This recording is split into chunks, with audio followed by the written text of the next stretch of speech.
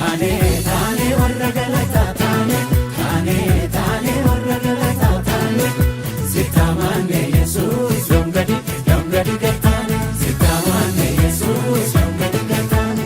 Tole maqaa keessanii fi iddoo irraa dhuftan waan Waaqayyoo waldaa sadanuu sagalee tokko kan keessatti isiniif godhamee saba kanaaf dhugaa ba'a. Ishi maqaan koo Haalituu Gammachuun jedhama. Kan inni irraa dhufe immoo ganda duwwaa sadiidha.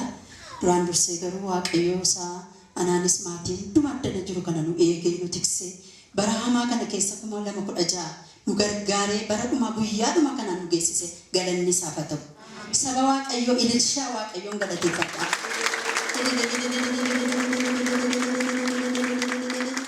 Salphaa miti har'a salphaa miti dhugaadha. Torbee lamaan har'aa asitti lafa kanatti akkuma sabalaatti natti dubbatame Waaqayyo waan inni raawwate mucaa dhiiraa tokkoon qaban ture. Innis sanii gaafa 25 Wallaggaa Yuunivarsiitii irraa eebbifamee injiinaringiidhaan xumuree mataa ture. Achi obboleettii immoo biyya biraatii qaba ture. Akka inni gara Finfinnee dhaqee waraqata wayii baafatuu fi Finfinnee kottuu itti waamte. Achi gaafa inni dhaqu ani torbee lamaan har'aadha kan inni as dhufe. Mucaan torbee isa dura guyyaa lama deema jechuudha. Kaampaanii guddaadha. Iddichi dhaabbata guddaadha. Sabaaf sablammii achi keessa hojjeta. Waraqaa wayii baafachuu dhaqe jechuudha. Gaafa inni baafachuu dhaqu guyyaa jalqabaa hin dhaqee hin deebisanii guyyaa lammaffaa waraqata biraa fideedhanii waraqaticha ergite ta'uu didee hin deebi'ee sadaffaas ammas waraqata biraa dabaleedhanii hin dabalee dhaqee hin deebisanii guyyaa arfaffaas ammas hin dhaqee hin deebisan jechuudha. Guyyaa arfaffaan inni dhaqe suni facaasaa torbee lamaan har'aa ture jechuudha. Ganama dhaqee dhabee sa'aatii 6 naa bilbilee bakka na didanii anna salacha'ee dhiisee deebi'uu kooti naan jedhe. Naan dhiisi bakka Waaqayyo guyyaa qaba yeroo qaba dhiisi bakka maaltu darbee ganaadha dhiisedheen waaree booddee lafa kana dhufe jechuudha.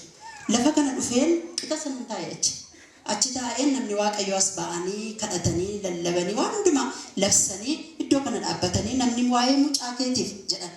Calluman jedhe kaayisnaan jedheera garuu nan dhiise. Haati tokko qixa sana kaatee mucaa isheef kadhachiiste dhiisee amanee mun fudhadhe jechuudha. Achi dhumarratti sanyii keessa facaasaa as baatee dhiraajee.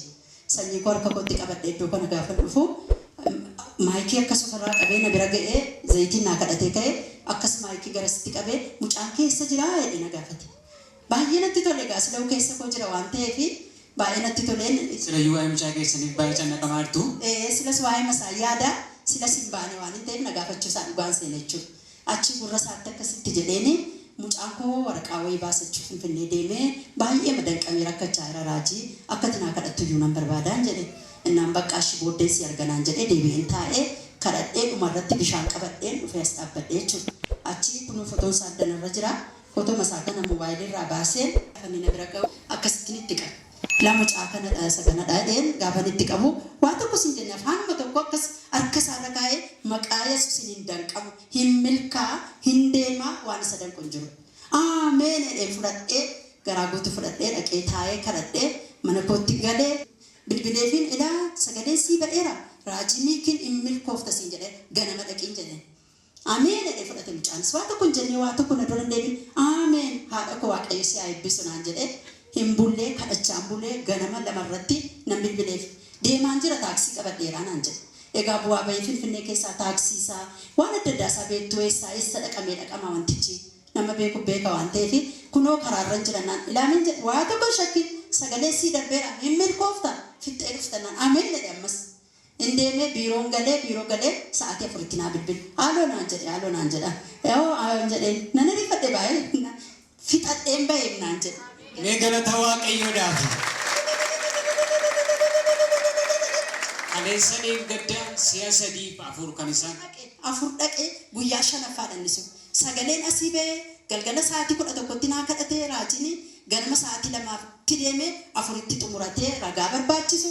Namni tokko na duran dhaabbanneedhe warrani kaleessa dheengadda warra Amaarinyaa dubbatan duwwaa turan jedhe. Gaafa sana eessaa akka ba'anis hin beeku ijoollee Oromoo keessa guuteera. Isaan yeroo sana waraqaa goosuma kaleessa dheengadda didame sana narraa fuudhanii waan raawwachuu malu naa raawwatan jedhee guyyaa sadaffaatti wanta barbaadamu sana harkatti qabatee galanni Waaqayyoof haa ta'u saba Waaqayyoon naa galateeffadhaa.